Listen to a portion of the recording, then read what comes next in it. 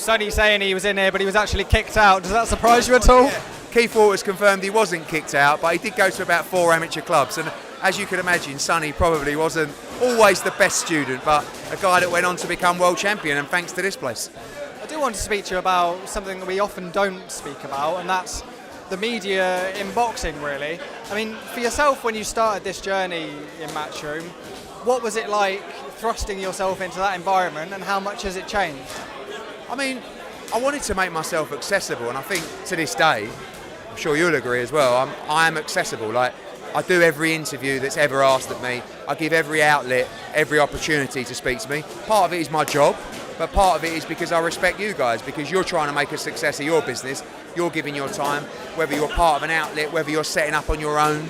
And, you know, sometimes we get criticised for, oh, they're friends with them, and not really. Like, you become friends with people in life. Like, if you're hanging around with someone a lot and you want to give someone an opportunity, like when we started with Coogan, for example, I didn't really know what I was doing. He was like the only bloke around doing interviews. He would become my mate. So I just said to him, like, film what you want, I don't really care. I think that boxing media is really interesting because it's such an accessible world. You imagine where any other major sport where you can go to a world champion or elite fighter and just stick a mic under and he'll just talk. You know, and that's a good thing, I think, because in a lot of sports, people are guarded, people don't like to talk, people are, you know, corporate governed, if you like, to say certain things. And that's the thing as a family business, I can really say what I want. Doesn't mean I'll have, you know, you can ask me and I can talk and I'll just, we have a responsibility. But at the end of the day, what got us here in a way is because of how accessible we were to fans. And now we're here, we don't want to turn our back on that and start saying, oh, we'll only interview them and we won't do that one today and we won't do that one. I'll do as many as my engine will allow me to do, and then normally that's all of them. But I feel like we're lucky in the respect that there are so many outlets now that are providing, you know, I don't just do it because I'm a nice guy, I do it for our benefit as well. When you started out and doing this, was there any sort of media training? Because that's become a very big thing in the last 20 years. I'm just like, I've always had a big mouth, do you know what I mean? And I always find that the best thing to do, I know people think I spin things and people think I lie about stuff. I really don't. I give my opinion, and sometimes it might not be always accurate to what happens, but I feel like if you're honest, like, it's a lot easier. And I feel like the older I get, and almost like the bigger I get, the more honest I can be to tell you the truth of what's happening in certain situations. I see people come in, you know, new blood, and it's like, I see them trying to spin things, and I'm just like, can't be bothered. I've done all that. I know I've only been doing it 13, 14 years, but, like, you know, we had Frank Smith this week, who's had a bit of stick, right? That's good for him, because I know what he was trying to say, and he explained it terribly, but you learn. And when you're doing 10 interviews a day, and people are asking you questions, and like, you're going to make mistakes, and you're going to get grilled, and you're going to get abused, but guess what? It ain't going to get any easier. So that's good to just harden you up and understand that it's a savage world. Like, boxing media is a savage world because we talk so much. So you imagine if I didn't have all you guys, no one would really have a lot of people, you know, oh, he said that. They play back interviews from like 5 years ago. Oh, do you remember when he said that and now he's doing that? Yeah, that was 5 years ago. Things change. So I've never had any media training, and I think when you talk about media training for fighters, like, I like a fighter to be real. You see this place, yeah? It's real. There's characters down here, there's personalities, there's stories, there's narrative. I wouldn't want to sign a kid out of here and go, all right, what you need to say is, they'll be like, what? Just speak from the heart, you know? And I don't think media training, I get it, but I think in boxing, you know, tell your story, be you. Something you allude to there, how much of what we see on camera is 100% the real Eddie Hearn? Is there anything extra that we see on camera or not? I think, look, I'm a performing SEAL, right? So it's not like I go home and walk through the door and, you know, see my kids and go, hey guys, this Saturday night, don't forget, we've got a great show. A lot of the time, I don't want to talk to anyone. In fact, I'm pretty unsociable. I won't say miserable, but when you've been on the graph from 6 o'clock in the morning until 10 o'clock at night, doing tens and dozens of interviews, getting asked the same question, and then you leave here and you get in a cab, and the cab driver goes, oh, Eddie, talk to me about Tyson Fury and AJ. and you get in your car and you drive there and you stop at the petrol station. As you get out, there's 4 or 5 people who want a photo with you, want to know what's happening with Ben Eubank. But by the time you get home, you just go, all right, leave me alone, everyone. And that's the difficult thing, especially about having kids. Because when you walk through the door, you want to give time to them. You know what I mean? And it's difficult to do because you're like that all day. And I'm like a Duracell bunny. Just wind me up. That's what they do. That's what the team do. They go, ready, Eddie? Go. And I go, whee. And then when it runs out of battery, I'm like, So yeah, I'm not always like this. And like everybody, you have good days and bad days. Some days I'm happy, some days I'm sad. Sometimes I'm up for it, sometimes I'm not up for it. But to you and to the camera, people might look at it and say, "Cool, Eddie Hearn's full of beans, isn't he? Cool, he's always this, he's always that." No. Some days, as I said, I don't want to get out of bed. You know, I don't want to talk to people. I don't want to go to work. I don't want to get on a plane. But it's just, that's what I do. It's my responsibility in life. From a media point of view, you often see on social media that people who are close to you maybe shy away from asking certain questions, or at least that's what people say online. And they're saying that people shy away maybe because they're scared of not getting access or not being able to be put in that position again. I'd just like to get your thoughts on that sort of narrative. We give access to everybody.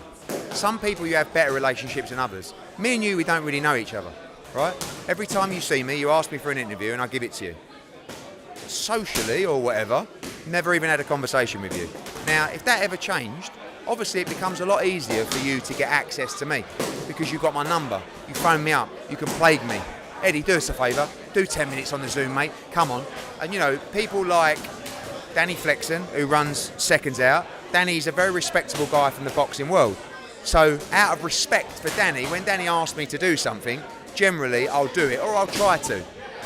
I've not got a relationship with Danny, but obviously some people that are on the road all the time, contrary to the jokes that we made, we don't fund people. We don't pay for people's travel. We don't pay for people's hotel.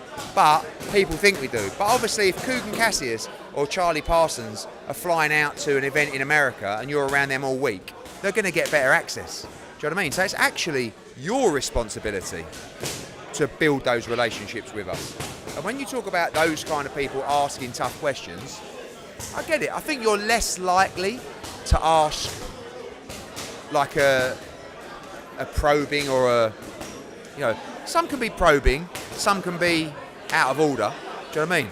And it doesn't mean, just because I give you access, doesn't mean you can abuse me for going, like, I don't have to give you an interview. But I do it because you seem like a nice chap. I do it because I know SecondsOut and it's my job. But at the same time, I can walk away any time and go, not tonight, mate. But I've never done that.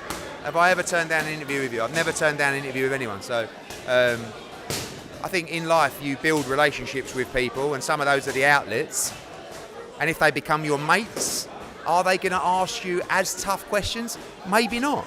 But sometimes Kugan will say to me, mate, I've got to ask you about this. And I go, no fucking problem, ask me. I never say to someone, don't ask me this, and you know. So yeah, I think I'll always give people my time. Do you think the bar and the expectation has changed for other promoters and other people in the game because of how much you do? You've alluded to it there. It's a good question, actually. And I'm not a genius. I'm not overly talented. But fuck me, I can work like a dog. You know, especially from someone who, really, the reality is, although my dad had no money, I was brought up around money. New money. Very new money when I was born. But the reality is, I don't really need to work like a dog. I don't really need to put the hours in I need to. But to be the best and to dominate, and I need to. So yeah, I think if Ben Shalom or Frank Warren's not doing the levels of interviews that I'm doing, they're behind. But you can't do the levels of interview I'm doing because they ain't got the engine for it. It's impossible. So I think, yeah, in that respect, people have, don't forget, when I started, Twitter was just about launching and exploding. So we embraced it and the others had to follow. Frank Warren, people like that, Jesus. But I had such a huge head start on them. And now everyone feels the need to spin the narrative, tell the story, sell the show via these outlets. And we're lucky to have you guys as well. Like, you know, for as much as it can be a pain in the arse sometimes for us, you are selling our show. And we need you. We need media because the national media and the mainstream media will only exist for the mega shows. Do you know what I mean? You come to all of them. So, and we respect that.